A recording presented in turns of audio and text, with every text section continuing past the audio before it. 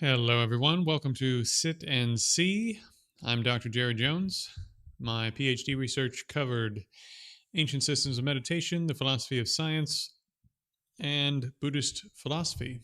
My master's research was looking into the last 50 or 60 years of meditation research and comparing it against ancient systems of meditation. I've also been a Buddhist for about 20 years, training in the Zen and Tibetan lineages, and also been in the Dragon Gate lineage of Taoism for about 5 years. So I have a lot of traditional experience and training, and also quite a bit of academic experience and training.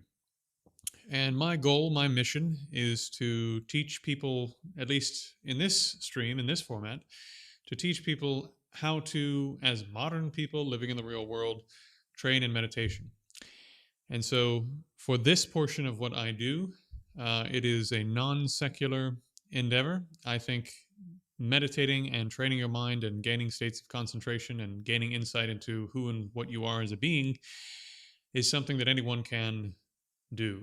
So, that is why we're here. I'm inviting people to, nope, other way, sit and see. Just come sit down and take a look.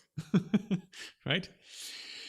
So if that sounds good to you, if you happen to be stumbling upon this later, then we're going to do some Q&A just about meditation, and then we're going to do some actual practice. And as Cleric knows, because he sees the giant empty room of death behind me, that means we're going to be doing some walking and standing practice. And are you guys ready for this?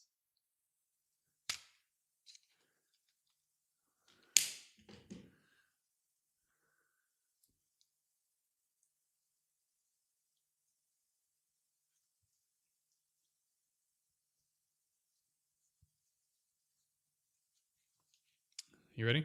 Check it out. Hold on. Hold on.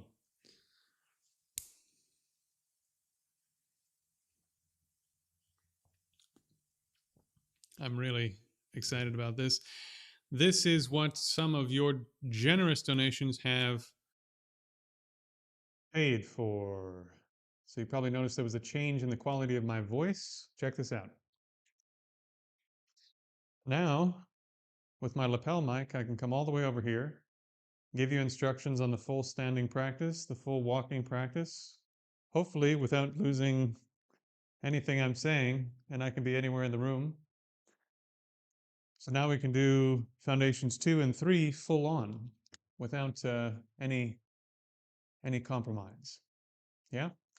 So I'm really happy about this. This is again up to you. And you may notice that I don't look like I'm on the moon tonight. Let me switch back to the other microphone. Actually, no, I'm going to stay on this mic for a moment. Here's the other thing your donations helped me get that came in today. See this? Studio lighting. Studio lighting behind me. So when we do the Q&A tonight, I won't look like like I'm calling you from the grave.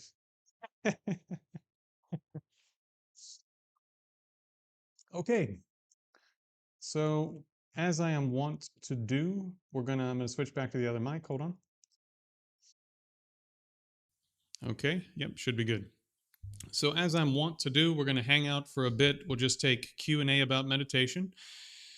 And then we'll actually do some full-on proper standing practice and walking practice, because the promise that I have made to many of you is that the things that I teach are things you can take off the cushion into real life. And that's the method that my teachers have taught me over the years. And that's, I think, the piece that's missing from a lot of systems is specific methods for taking what you accomplish on the cushion into real life. And the two techniques that we're going to do tonight are the foundation, the bedrock of being able to take your accomplishments on the cushion into everything else you do. So really excited that everyone thought this was a good idea and not just me. Otherwise, I couldn't have proper lighting, and I couldn't have proper microphones and proper camera that we're on, and streaming laptop that we're on, microphone for the actual sort of talking portion. Also, super exciting news. Come to at least the first part of the Q&A tonight. Sorry to leave you with a cliffhanger, but some really cool developments in the last 48 hours in terms of other stuff that I've wanted to do for years. And now, since other people have decided that they want to, I mean, can you guys believe there are people that want to listen to me talk for 5 hours a day? Like I don't think my wife even wants to listen to me talking 5 hours a day.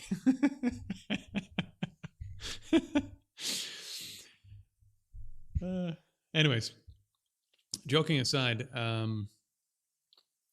yeah, there's some really exciting stuff that's happened in the last 48 hours, and there's more developments to come on the channel. And I'm taking the first steps. There's going to be two interesting developments starting next week. So I'm gonna talk about those on the live Q&A before we get started. Maybe 15-20 minutes in, once there's a bit of a crowd, I'll make the announcements. Okay. As those of you who have been here before know, I generally just talk and take questions and so forth for the first 15 or 20 minutes so that people can make it in. So if you do have questions or anything about your practice up to this time, please do let me know.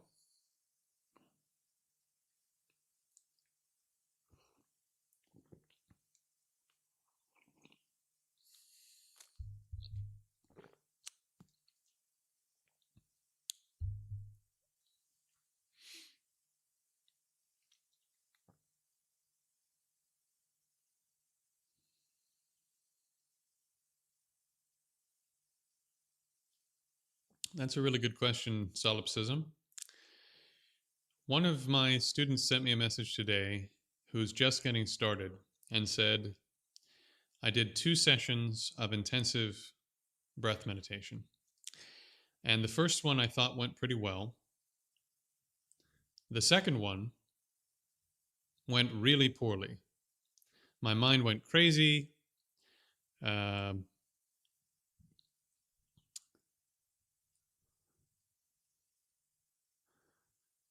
By the way, Cleric, I'm adding you as a moderator as well, as we discussed on the Discord. My mind went crazy. I was imagining things. I couldn't keep my mind on what I was doing. And my message to them was, in 60 seconds, was good. Well done. The first stage of meditative concentration is that you notice for the first time in your life that your mind is absolutely out of control. And I think if more meditation teachers told this to their students, that the first sign of development, ooh, look at you, you're blue now, that the first sign of development, of actually making progress, is that your mind seems worse than ever before.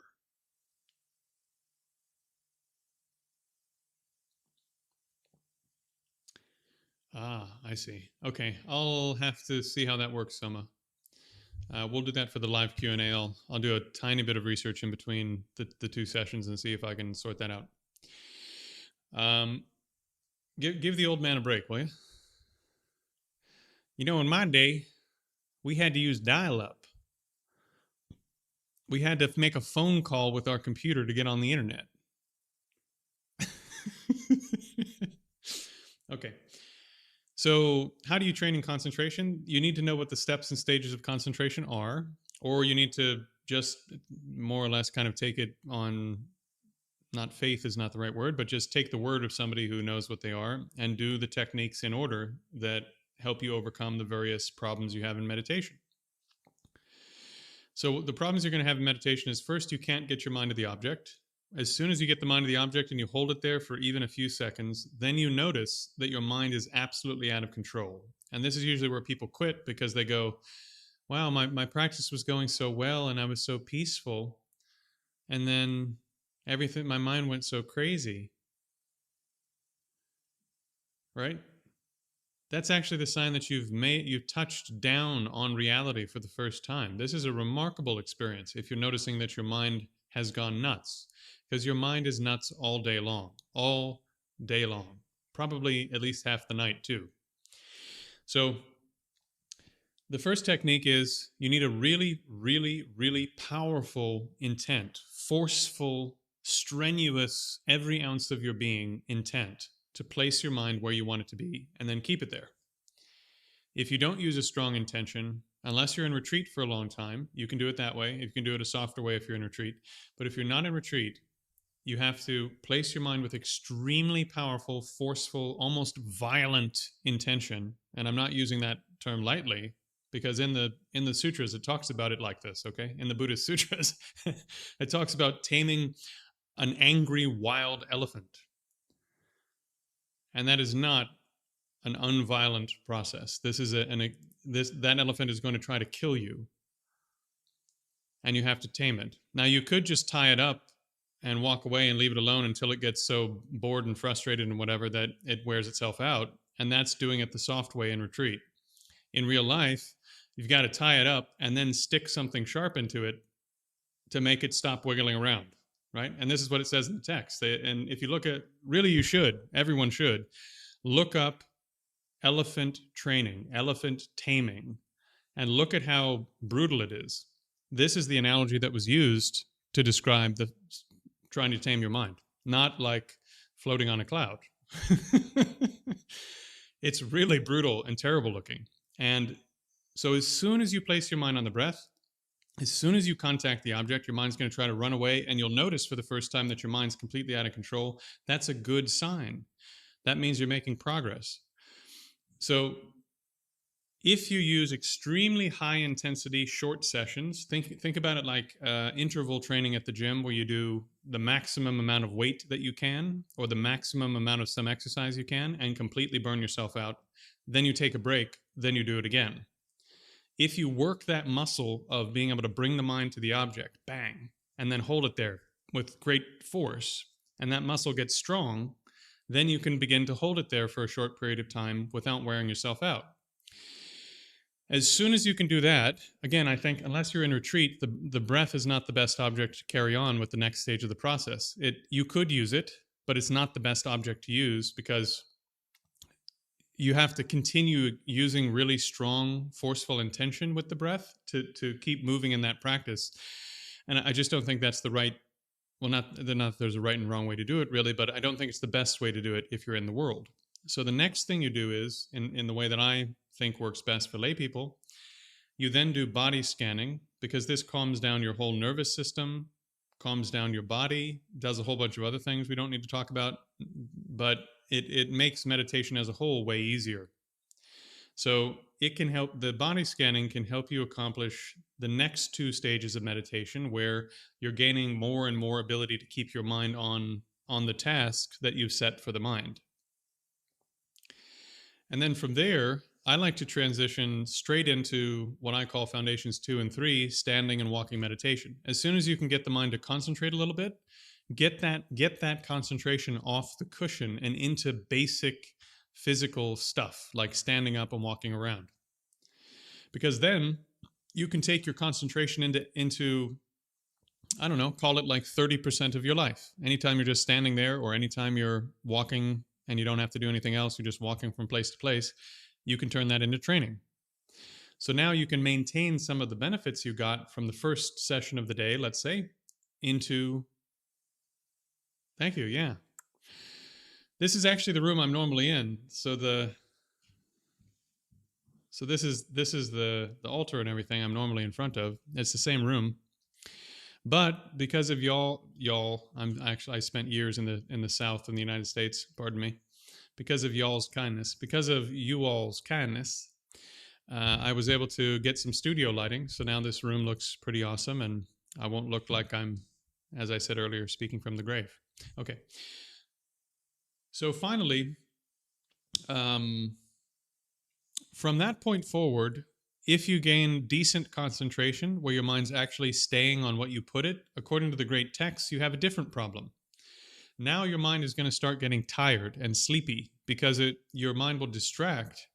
Your mind will get distracted by the feeling of calmness that you have in the mind. It distracts inwards. And as it distracts inwards and pulls away from the object, instead of remaining with the object, it sort of becomes divided between looking at and enjoying the calmness in your mind and looking at the object. And because of that, think about the analogy I use all the time, that you only have a certain amount of bandwidth. What happens when you're streaming a movie and all of a sudden your bandwidth gets worse? It gets all grainy, right? It goes from 4K to 2K to 720p and down to looking like it was filmed in the 1980s. So likewise, as your attention gets pulled off of your object gets hazier and hazier and hazier, and your mind gets less and less lucid, less discerning. It gets sort of darker until you actually start to nod off and fall asleep. So now you don't have to change objects. You could stay with the body if you wanted to. But if you move to a different object that's really good at making the mind fresh, then you're off to the races. You can continue developing a meditation without having to deal with that problem very much, right? Instead of spending years with a dull mind wondering what the hell's going on. So then the next technique I do is from the Mahamudra tradition, where you're learning how to abide in the nature of your sensory consciousnesses, which sounds quite esoteric, but it's actually pretty straightforward when you read the instructions. And this is pretty good at making your mind fresh and bright. And it's also a practice you can take into real life in a radical way. You can take it into every part of your life. So it's really helpful for lay people. And then finally, having gained some control over the content of your mind, finally, after all of this work, now, since you have some control over the content of your mind, you can change the content in your mind. You can change all the stuff that you don't like about your personality, all of your character flaws, whatever things you think are inherent weaknesses or whatever of yourself are not. They're just patterns on the surface of your mind, and you can change the patterns. So this is foundation 5. How do you reshape the stuff on the surface of consciousness, like thought, emotion, attitude, worldview? And there's systematic, logical, straightforward ways to do that. And this is actually where you begin transitioning from just concentration meditations, which can still be quite profound, over to things like analytic meditation, vipassana. So rumination meditation, foundation 5, is a precursor to full-on vipassana practice, for those of you who are interested. Furthermore, if you can do rumination meditation, then you can do things like metta practice. You can do things like contemplating impermanence, and so on and so on and so on. All of the bread and butter of Buddhism and so many other great systems of meditation, this is where the rubber meets the road, right? Is being able to use this powerful mind you've built to reshape how the mind is. So this is why I say, probably about 95% of meditation stuff, if you look carefully at the system I'm teaching, and then you look at other systems of meditation, you will see those systems within my system, because these are just the types of meditation that can be done as a human being. The only things I don't teach, as I've said on many occasions, are I don't teach a lot of visualization practice. There's a little bit in the breath practice I do that's actually optional. And then I don't teach practices that have to do with the subtle physical substances, the sub-physical substances in the body, like prana, chi, shen, the winds, whatever you want to call them. I don't teach those. But if you train in body scanning and these other things, it'll be really easy to do those practices if you want to, right? So in a nutshell, this is how you know, Soma's question, if you're progressing.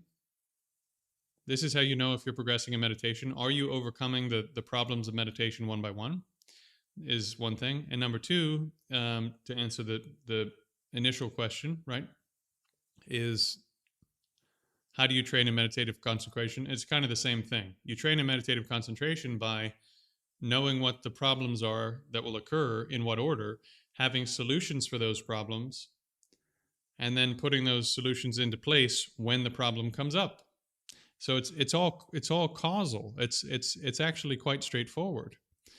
So, it doesn't have to be, a lot of people think, well, if I just do a lot of some technique that doesn't work, then it'll work. There's a really funny quote by Kamalashila, is a great meditator. Again, I need to look up his dates, but it's either 7th or 9th century. Maybe someone can look it up and put it in the chat, because I should really know when he was doing his work. But Kamalashila wrote this great text called Bhavana Krama, which is about training in meditation. He's an Indian saint and scholar. And in that text, he says, if you don't employ the right techniques for training and concentration, it's like trying to milk a cow, he says. Now think about this. Even female cows have horns, right? Male and female cows have horns. He said, even if you milk a cow's horn for 1,000 years, you won't even get a drop of milk out of it. So if you don't know, no matter how determined you are, no matter how many years you put in, if you don't know what the steps and stages are, and you don't put the right techniques in place, and you don't overcome the faults of meditation, it really doesn't matter how determined you're being, it just won't happen. You have to milk the udder, not the horn. Okay. If you've been meditating 8 or 9 months, it really depends on the techniques and whether you've been doing any retreat.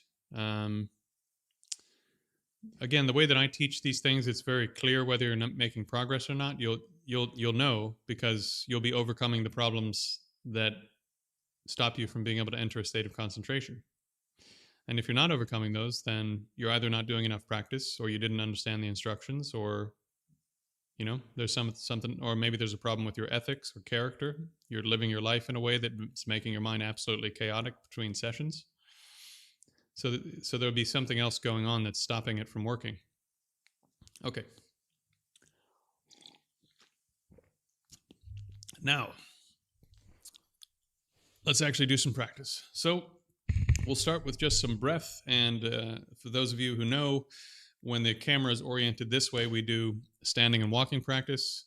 Due to your kind donations, I was able to get a lapel mic so I can actually stand up and give you instructions at the same time, which is pretty cool. So let's just start with some seated work. So the technique for getting the mind to the breath: extreme high intensity, very, very intense force, as if your life depends upon getting your mind to the breath and keeping it there. Everything you've got. Okay? Then you're going to count the breath, because the problem you have after you get it to the breath is that you will forget that you were supposed to keep it on the breath. To remember you were supposed to keep it on the breath, you do counting, because you'll notice, I lost my count. I forgot where I was in my counting. I forgot to turn around at 7 and come back down, and now I'm on like 14. Things will happen with the counting that will give you more feedback on whether or not you're staying with the activity. So this is why the counting is important at the early stages of practice. Yeah? Okay. So you're going to count from 1 to 7, 7 to 0. When you get to 0, you have my permission to adjust the body a little bit if you need to, or to just stop and look at your mind for, 10 seconds, and then begin again from 1 to 7, 7 to 0. Other than that, don't move the body, don't adjust anything. Put every ounce of your being into holding the mind on the breath. When I say hold it on the breath, I mean, if you breathe in right now through your nostril, through your nose, feel where there's actual tactile sensations. Placing your mind on the breath means you're not imagining anything, you're not visualizing anything, you're not trying to figure anything out. You're just actually feeling the physical, tactile sensations of the breath in the nostril. That's it. As if you have a camera that's pointed at some little spot on your nostril, and that's the only thing that you're looking at. Occasionally, you turn the camera upwards and you look at the number 1 that you visualize in your mind, then you turn the camera back down and you put it back on the nostril. Okay, everyone clear? Let's begin. 3, 2, 1. Every ounce of your being, when I say the next word, begin.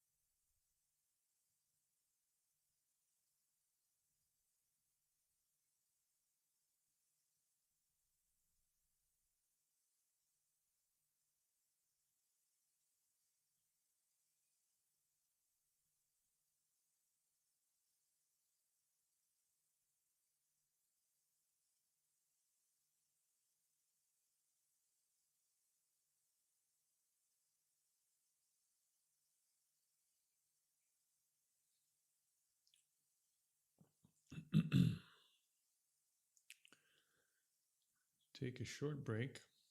Don't bring your mind 100% out. Bring it 60%, 70% out. If you need to move the body a little bit, that's fine.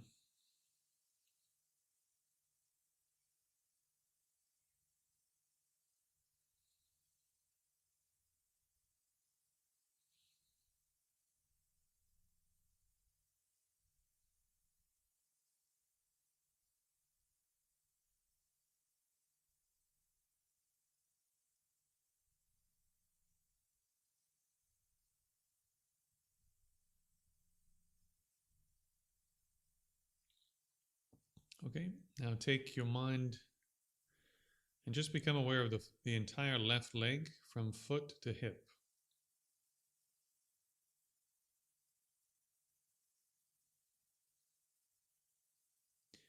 Let that go. Become aware of the entire right leg from foot to hip.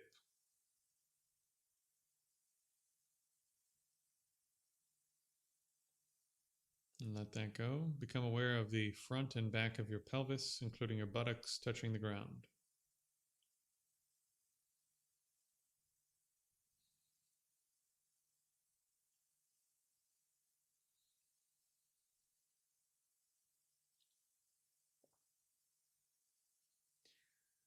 Let that go.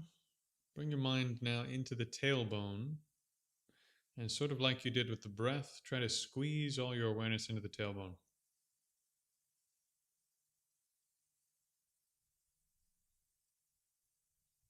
And then slide forward to the anus, your perineum,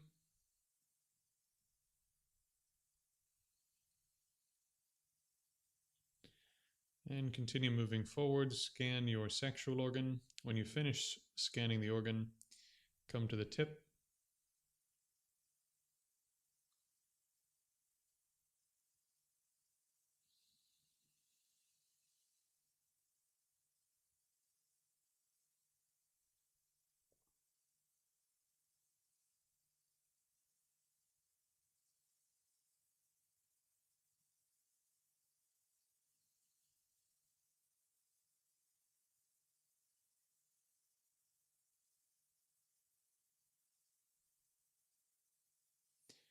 Bring the mind to the waist now. So above your hips, but below the diaphragm,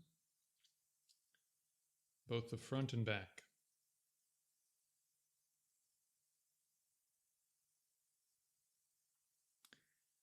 Now the diaphragm belt, wrapping all the way around the body.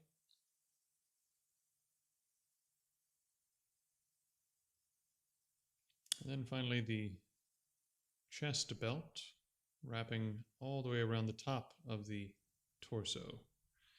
If you can, try to get underneath your shoulder blades, because your shoulder blades belong to your shoulders.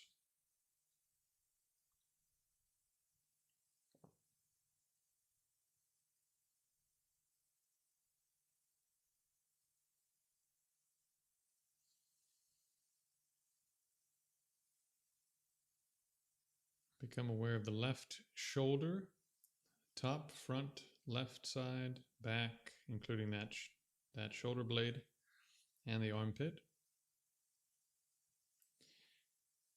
And then stretch from there to your left hand. So become aware of the entire left arm.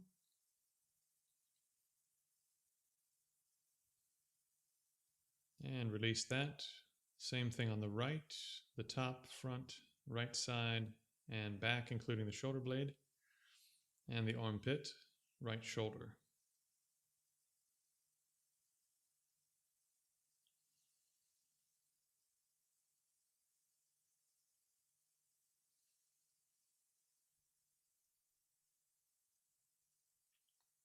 Stretch the awareness from the right shoulder down to the hand. Become aware of the entire right arm.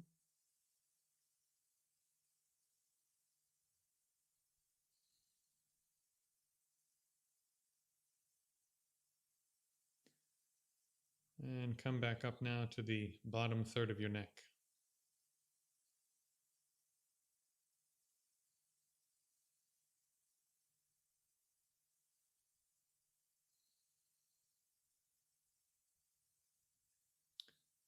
Since in the modern world we tend to carry quite a bit of tension in the upper back, the top of the shoulders, and the neck, just because of how we live and work, spend a little bit of extra time on the bottom third of the neck, including all those connections that lead into the upper back, the top of the shoulders. Just put a little bit of extra of your mind in there. Don't do anything in there. Just put your mind in there.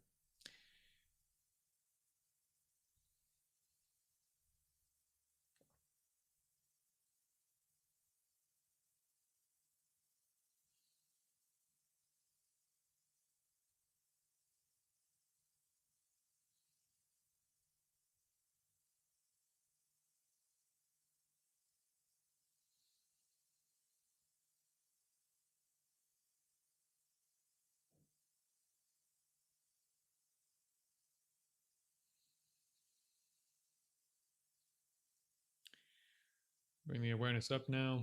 Do the second third of the neck and the final third of the neck. So just do the remaining portion of the neck.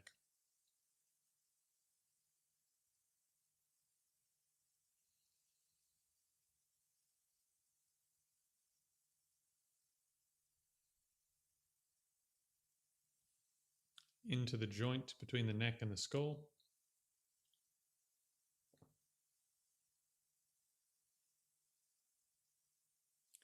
And as we've done on some other occasions, simply become aware of the entire skull. So when I say this, I mean the jaw, inside of the mouth, everything there, your ears inside and out, your nostrils inside and out, nose, all the little bits of your eyes, your eyebrows, the scalp. So just the entire skull resting on the top of the body.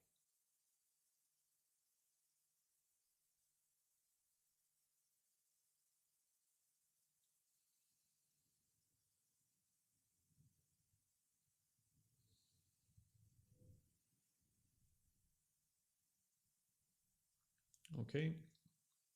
Now find the top of your scalp, and at the top of your scalp, just sort of feel around, swim around with your awareness until you find a spot that seems to have more sensation than the rest of the top of the scalp. Maybe there's tingling there, maybe there's movement there. Just for most people, there will be some area or point where there seems to be more going on than other parts of the scalp. So find that point.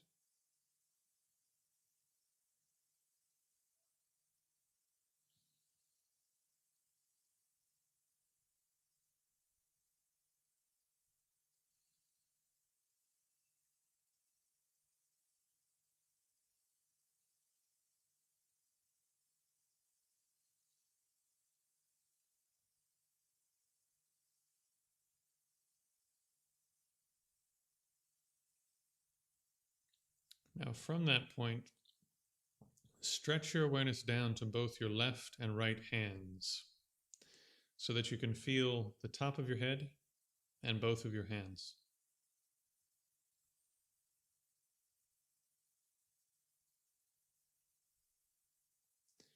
Without losing that, stretch your awareness down from the top of the head again to both feet. And this is what I call the 5 points. So when you hear me say 5 points meditation, I'm talking about top of the head, both hands, both feet. So you hold your mind with the tactile awareness of top of head, hands, feet.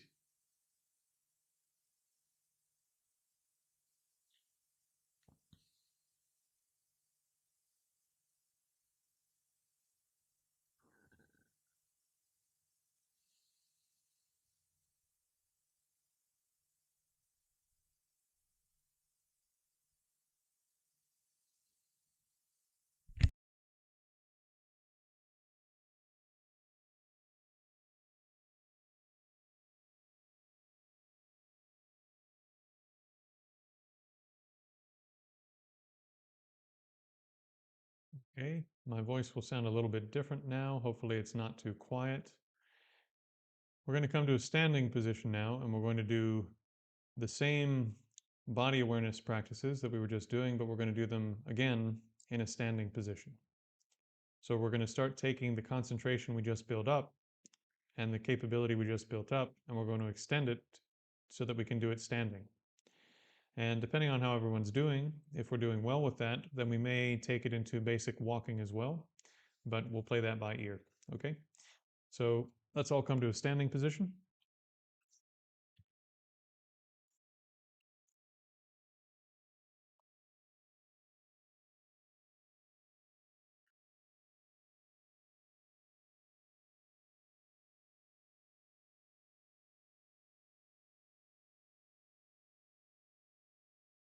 So the key points of this posture, I'll try to show you as best I can. It's good if you sort of keep your awareness here on me, sort of the lower abdomen, this sort of chunk here is where most of the magic is going to happen in terms of this posture. So let me get my mic out of the way. And let's start with the feet. So the feet are going to be pointed forward. And I'm offsetting them so you can see them, but they'll be lined up with each other, okay? So the feet are going to be pointing forward, and you don't want them to be like this.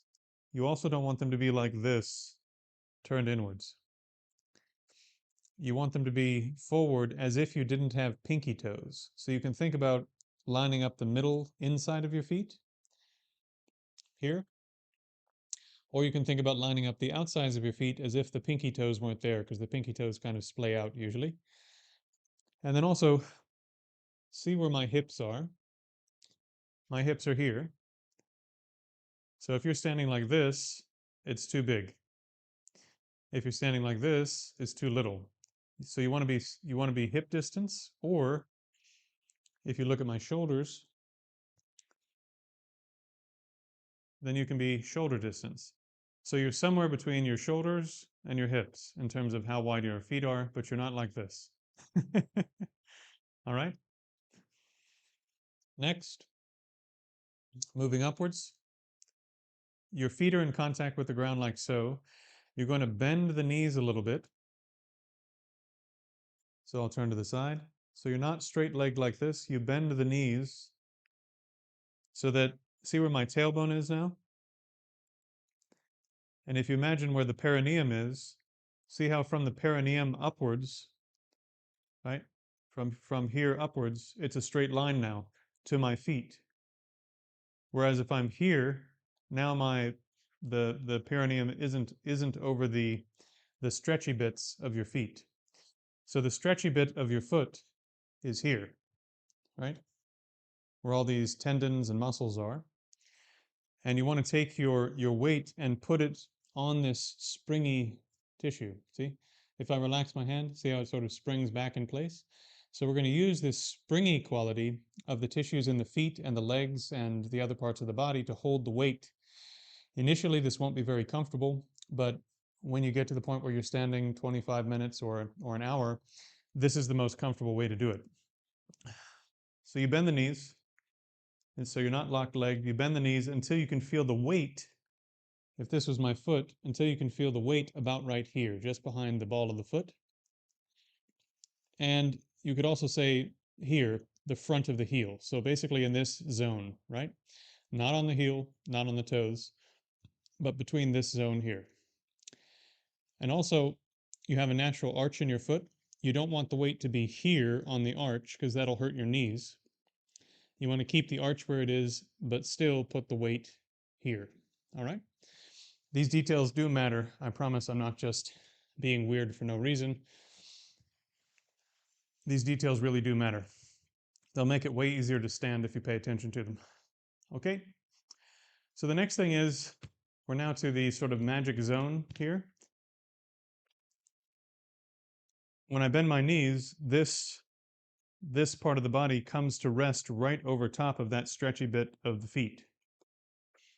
And if you let your weight sink down from the middle, then you'll feel your weight actually make even firmer contact with the floor than it does normally. When you're back here, you feel kind of up on your bones, but when you relax the weight forward here, you can feel your weight really hitting the floor and you start to feel almost springy. That's the quality you want. Next, look at my chest. I don't want to be like this, artificially arched up, and I don't want to be like this. Both of those will cause pain. So you want your chest to be in basically a natural position. And one way to accomplish that position is to basically imagine that a string or something was pulling you from the top of your head. And you just let your head sort of get pulled up from the back third of the head.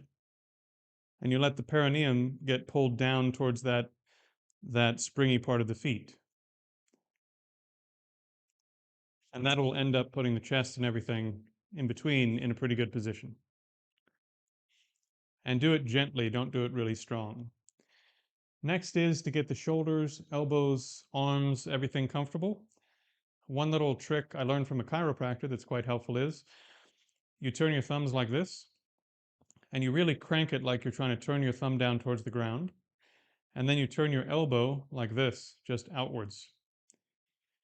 And then you can just wiggle your shoulders a bit until they fall down into the sockets and basically where they're supposed to be, but almost never are. And then once you've wiggled them down into place, then just relax, keep the shoulders where they are, relax any extra tension in the shoulders, and then just bring your hands down and let them come to rest on your thighs. Small detail, but important, my hand is not like this. It's not fully relaxed. It's very gently held open and touching the thigh. This is important for your posture because as you get into a state of concentration, your body will move a little bit. And if you don't have a place that you're touching, you'll probably end up like this because our bodies are actually way out of whack as modern people. So touch one place on the thigh. Also, that stretchiness you have in the feet by stretching the hands just slightly. You're not whacking them open. I mean, this is the totally limp hand, right? You just gently open it until it's here. And that creates that same springy sort of feeling that you have in the feet and connects up all of the long connections in the body, which will allow you to stand for a really long time, really comfortably. Okay? I know that's a lot of detail, but what it really amounts to is put your feet forward, bend your knees a little bit until you can feel the weight on the back of the balls of the feet, and then bring the head up just a little bit and the chin down a little bit until the chest and everything else is in a natural position. Take your hands, relax the shoulders down, and then let your hands touch the thighs. And instead of having noodle hands, just put a little bit of intent in the hands and touch the thighs.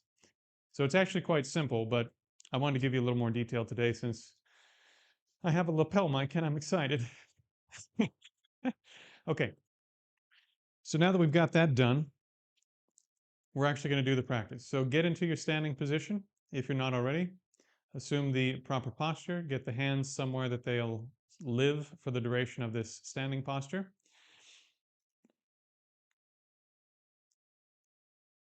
And we're going to start from the feet. So just like we did with body scanning in a seated position, we're going to do a body scan starting from the bottom, and we're going to move to the top. And as you go, what you're going to notice probably is that your feet start to feel almost like hot, or they may start to hurt a lot, and that's normal. So just ignore that and carry on with the body scan. Okay? All right, so here we go. So we're going to start with both feet. We're going to do both legs at the same time. So start with your big toes on both sides.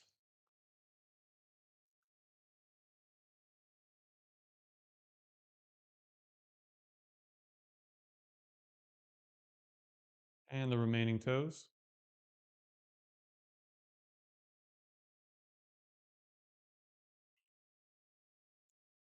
Into the ball of the foot on both sides.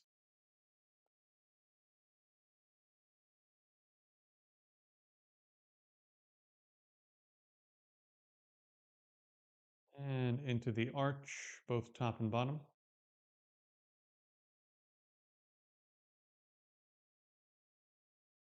Into the heels.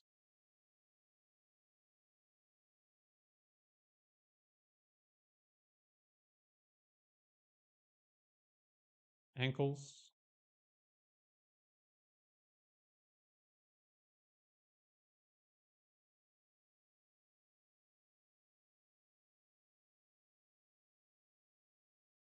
Into the first half of your calves.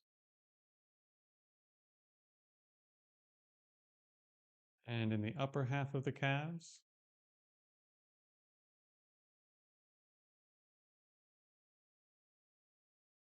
You may be feeling some uncomfortable sensations in the legs or feet or calves now, but let your mind rest like a mirror, simply aware of whatever happens to appear wherever you turn the mind. Don't get distracted, don't get distressed, just carry on.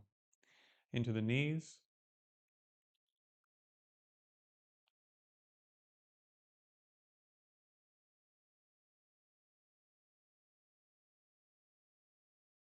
Into the lower half of the thighs.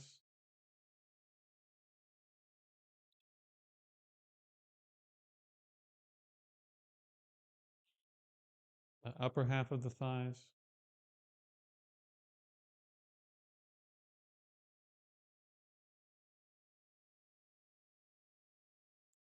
The front of your hips.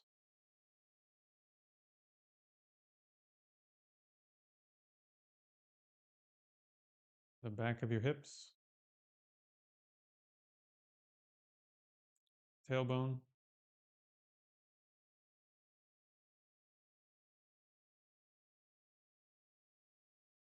Perineum.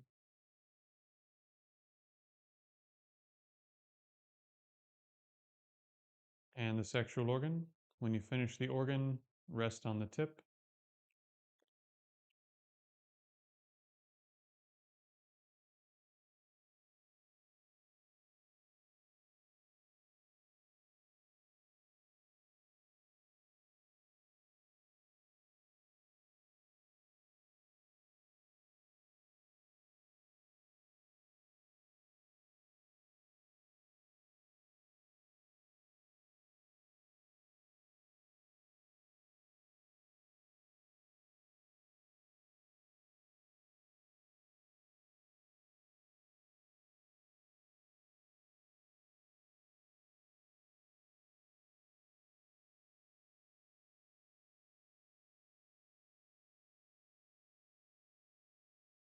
Bring the mind now to the front part of the waist.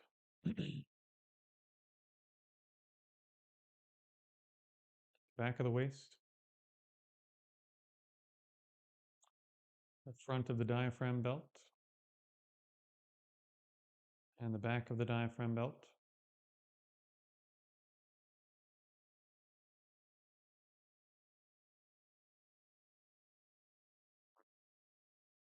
The front of the chest.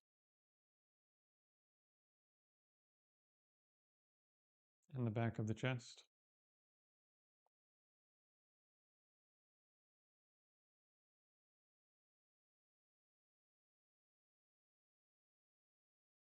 Into the left shoulder. Start with the top,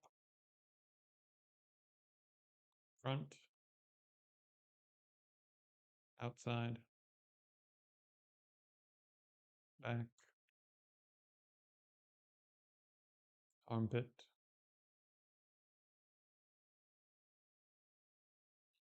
and move to the bicep.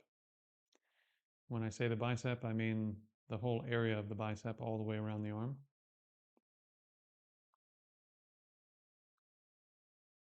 Elbow,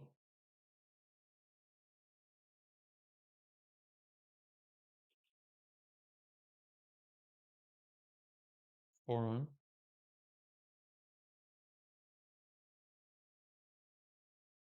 wrist,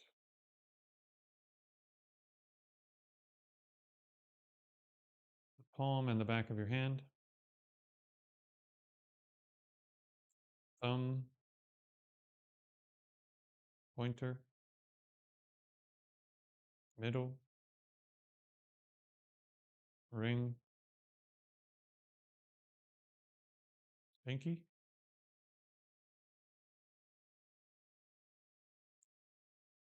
top of your right shoulder,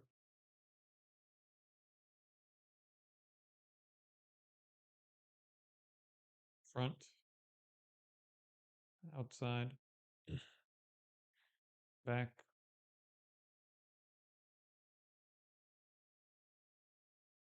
and the armpit.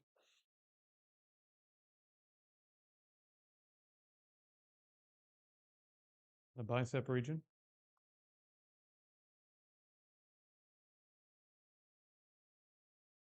elbow,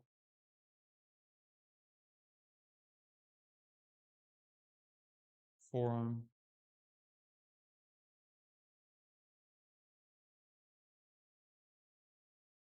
wrist,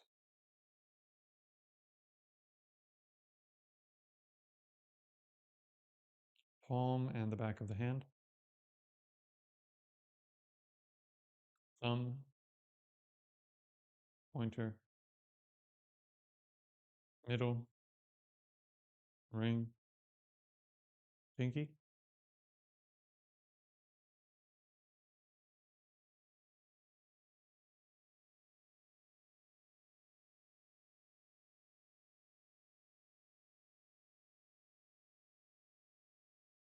bottom third of your neck,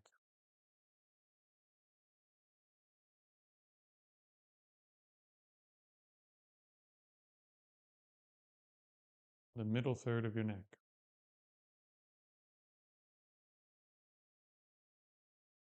and the upper third of your neck.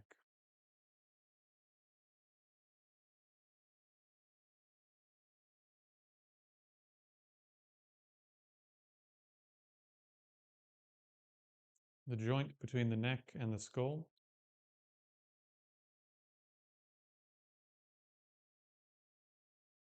the back of your scalp,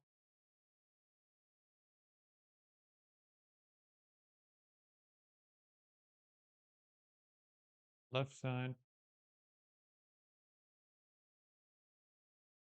right side,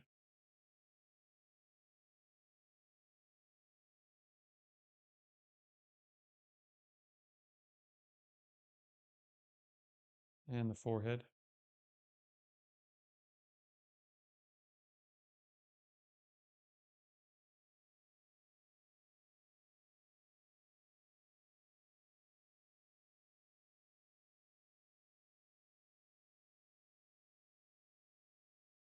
Left eyebrow, left eye,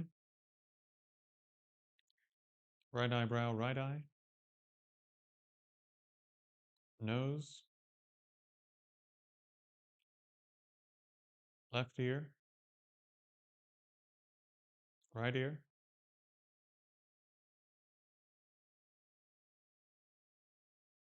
left cheek, right cheek, upper lip, lower lip,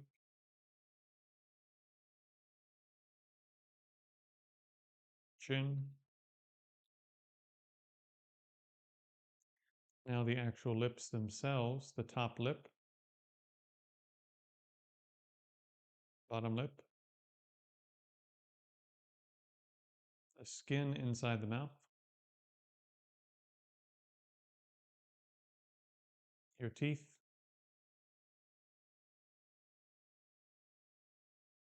roof of your mouth,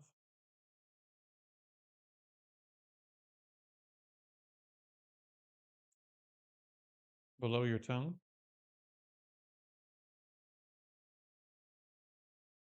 tongue.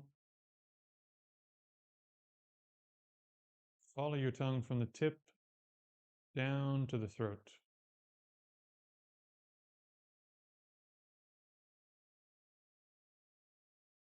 Move from your throat to the top of the head. Become aware of the top of the scalp and find that sensitive point once again.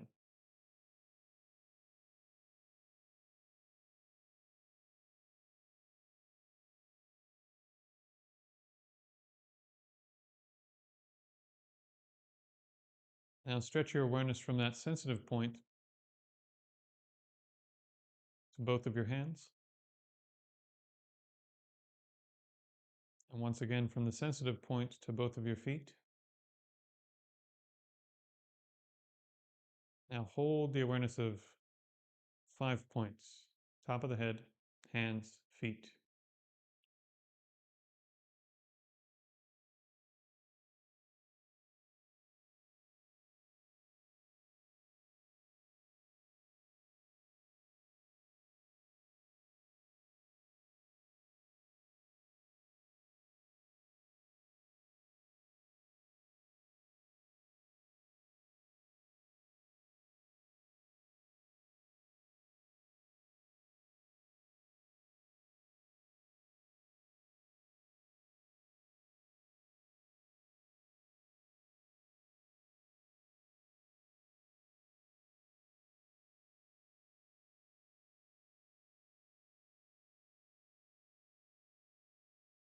Now I'm sure your legs and feet are probably starting to complain if they haven't already. So we're going to transition straight into walking meditation, which will help you get your feet sorted out. Don't shake your feet out. Just come back to your heels. You'll probably notice that most of the discomfort you were feeling begins to go away. Now, walking meditation, maintain the 5 points. Maintaining the 5 points, you're going to train progressively from very, very, very slow walking up to a natural pace at whatever, however long that takes you. You might not even be able to do it today. You're going to walk perhaps even this slowly.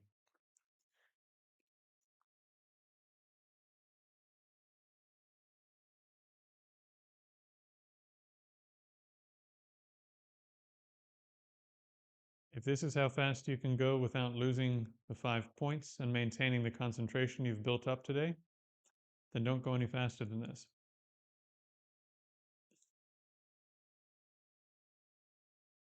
If you can go this fast, then go this fast. If you notice that you lose the concentration on the 5 points, stop, reestablish the concentration, top of the head, hands, feet. Concentration returns, carry on with the exercise. So I'd like you all to walk at whatever pace that you can actually maintain the 5 points, and stop anytime you lose the 5 points, reestablish them before you continue, and probably slow down if you've lost them also, right? If you're losing it quite regularly, you probably need to go slower. I'm going to go a little bit faster because I've been doing this for a couple of weeks. But you go as slow as you need to go, okay?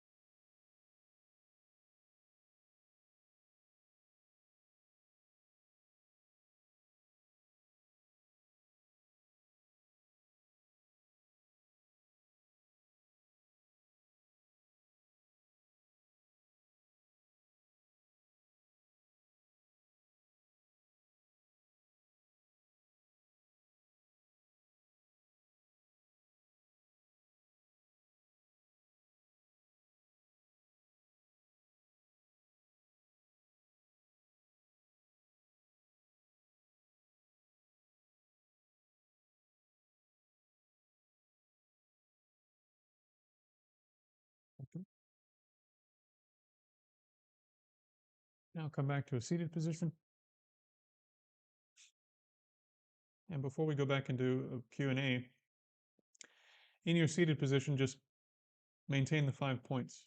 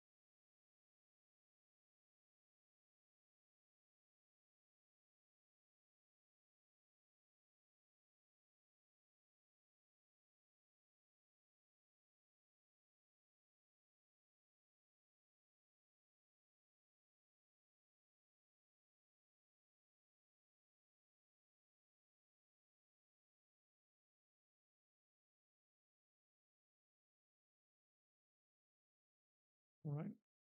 Now just don't let it go completely, but just let, 60, 70% let it go. And just maintain a little corner of your mind still in the exercise, but mostly letting go. So with this bit, just this piece, I'm hoping some of you at least who were able to do some of it, maybe not all of it, but able to do some of it, you can start to see, on the cushion I can generate like an okay state of concentration. It's a little harder standing, but I can do some of that. And then it's a little harder walking, but I can do some of that. And then when I get back to my cushion, it's pretty good, right? By the time you got back to your cushion, I'm assuming for most of you, if you were following along, that actually on the cushion now, your concentration on those points was pretty good. So there's a way to train, and we just did a little sort of miniature version of your life just now. There's a way to train where you start on your cushion, for example, at the beginning of the day. You get your mind to a certain quality. Throughout the day, you maintain it through standing, through walking, through working, even through while you're talking to people and so forth, until you get to the session at the end of your day or the next morning. And you can see in miniature how being able to transform these activities allows you to have greater capability by the time you get back to the cushion.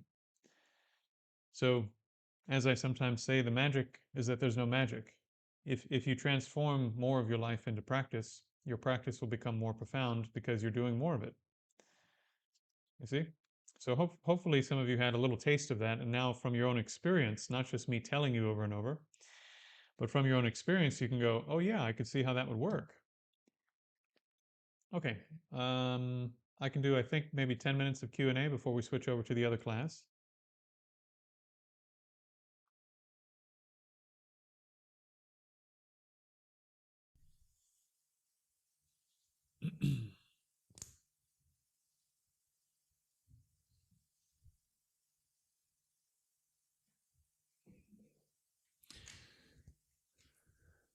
Thank you, Ty. I appreciate the super chat. Those of you who are members, I will mention, between this session and the next, if you just so happened to sign up on an iPhone for a membership, I just learned, this is totally wild, but the iPhone takes 30% of the membership fee in addition to YouTube taking 30%. But if you cancel your membership through the Apple Store, go back to YouTube on a web browser, like on your laptop or something, and do a membership through there, then Apple won't take 30%. So if any of you did happen to sign up on an iPhone, I would recommend going back and doing it from a web browser, just so that more of your funds will actually end up helping me and helping the community. Okay. I am hoping we didn't freeze or anything. Does anyone have comments, questions, concerns?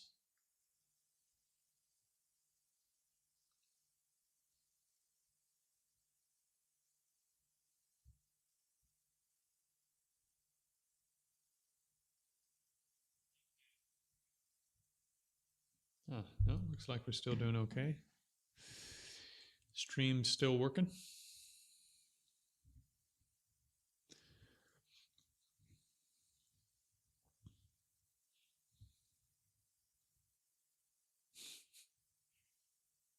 Yeah. Okay. Well, in that case, let's all take a little break. Those of you who would like to come to the open Q&A, as some of you already know, probably most of you already know, you can ask basically whatever you'd like that has to do with Buddhism. So we will carry on over to that. And there's a few people who have offered to moderate and stuff for that upcoming one. So hopefully the chat will be a little more tame tonight. We'll see.